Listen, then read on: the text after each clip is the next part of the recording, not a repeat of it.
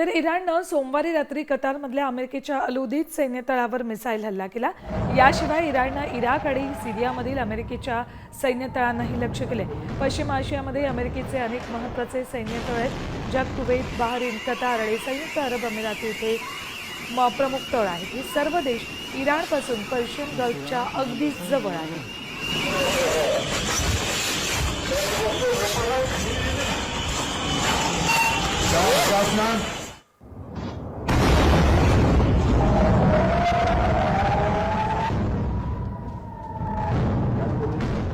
अमेरिकेसाठी सैन्य तळांचं महत्त्व काय बघा। दहशतवाद विरोधी मोहिमा, स्थानिक संघर्ष नियंत्रित ठेवण्यासाठी मदत होते। इराण, इराक, सिरिया, येमेन सारख्या संवेदनशील देशांमध्ये अमेरिकेची सैन्य तळ आहेत। या तळांमधून अमेरिका आपत्कालीन परिस्थितीत कारवाई करते, मदत करते।